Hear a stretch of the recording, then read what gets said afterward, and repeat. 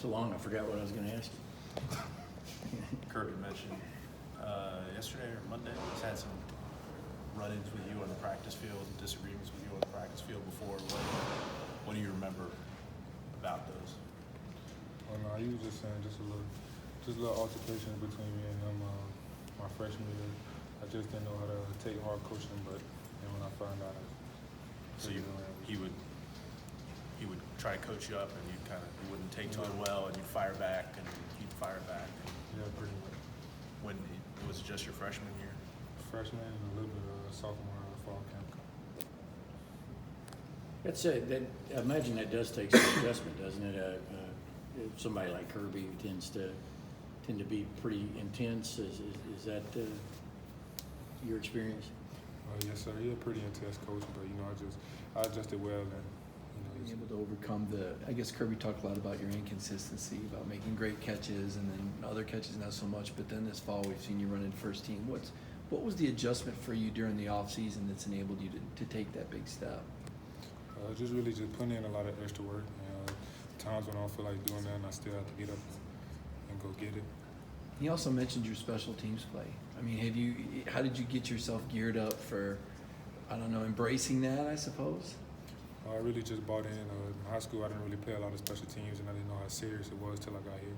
So when I got here, I just really locked in. But finally, I bought in, and it's just been a help to the team. So as you went through that process and kind of bought in there, did you have a motivation, I guess? Is there anything back home in Florida or anything off the field that kind of motivated you through that? Yeah, I got a lot of motivation, really my mom, my brother, just really my family and the people I care about. Is it called gunner hold up or something like that? R1. R1, and that's when you're basically blocking the other team's gunner. What have you found that Jason Stanley, I think, might have been the best in the world with that, was here before. What are some of the things that you had to just learn to do in order to play that position? Actually, a couple of days ago, I talked to Jason how to better my technique, and he gave me some advice. I'm just standing the inside, don't let him get inside, and just look at the inside hip, and then it'll help you adjust when the ball snaps. You said you put in a lot of extra work. What were the kinds of things that you did? Really just extra running, extra balls at night, and sometimes middle of the day or in the morning whenever I had the chance to do it. Who would feed you? Who'd you go out there with? Me and Kier Jackson, and sometimes really just a lot of the receivers. So on the defensive end, so when you're going up against AJ Daniel and you see Redshirt freshman last year, were you having to do scout team, and was that kind of a adjustment? I imagine you were always a starter, or at least a main guy in practice. Yeah, scout team, it was a big adjustment. You gotta. It's just a mind thing. But I would say when I went to scout, it helped me get better as a player and as a person. I imagine you were always the other team's tallest player.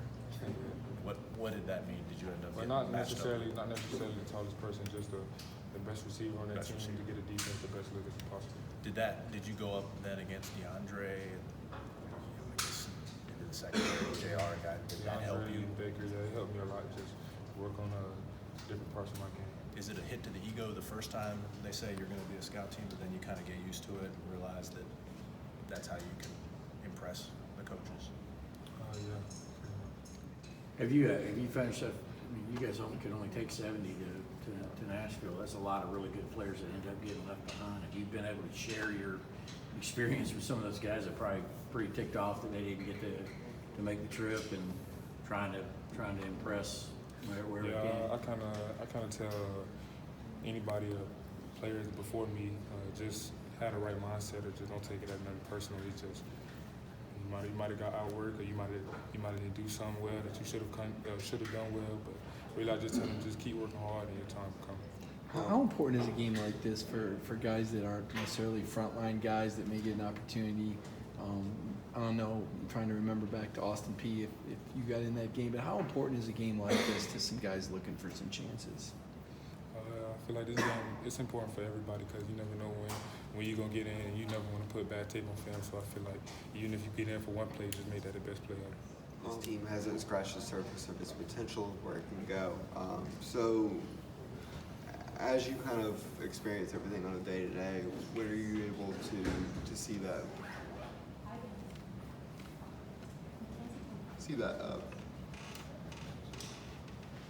potential the most? I feel like every day we just gotta come and work. Even when the days is hot and the days you're tired and the days you don't want to do it, you just gotta come out there and work. So I feel like the more chemistry and the more time we put in together, I feel like we'll reach our full potential. Speaking of hot, it's supposed to be very hot on Saturday. How are you guys preparing for that? Do you pay attention to that kind of thing? Yeah, I pay attention to everything. I feel like we're gonna prepare well because we prepare well for every team. We always practice in the heat, and the heat is, I feel like, it's one of our advantages. Cager fit in since he's been here, Matt. Do you spend much time around Lauren? Yeah, that's my boy. I feel like he came in with the right mindset. He had to get used to it a little bit because I feel like his practice in Miami probably weren't as physical and weren't as hot as it is now, but he bought in well and he came in ready to work. In terms of the quarterbacks, so like everybody talks about Fromm and his intelligence with the offense, but tell me about Stetson Bennett. Is there anything that's unique about him? Definitely being that he has a disadvantage in his height, I feel like that he reads the defense pretty well and he has a great arm. Knowing last year, I'm sure that had to be a busy offseason for all of y'all. Who kind of organized things? If y'all had to go to passing, with Jake or whatever y'all did throughout the summer, how did y'all kind of take that on? I felt like everybody was ready to work, even if I feel like the receivers that left were still here. Everybody still had the same mindset to go work. A lot of really kind of Jake, a lot of senior receivers. I haven't really been a real vocal leader because I've never really been a vocal leader, but I'm just trying to work on that and trying to help guys. Looking back at the Vanderbilt game, is there anything like as a position group that y'all felt like y'all needed to work on more towards this week? Really just attention to details, just little details that matter, like who to block on this play or the depth on your route and just stuff like that. Man, how much more to your game is there that we haven't seen? I know we've seen G-Day, we've seen a couple catches against Vandy.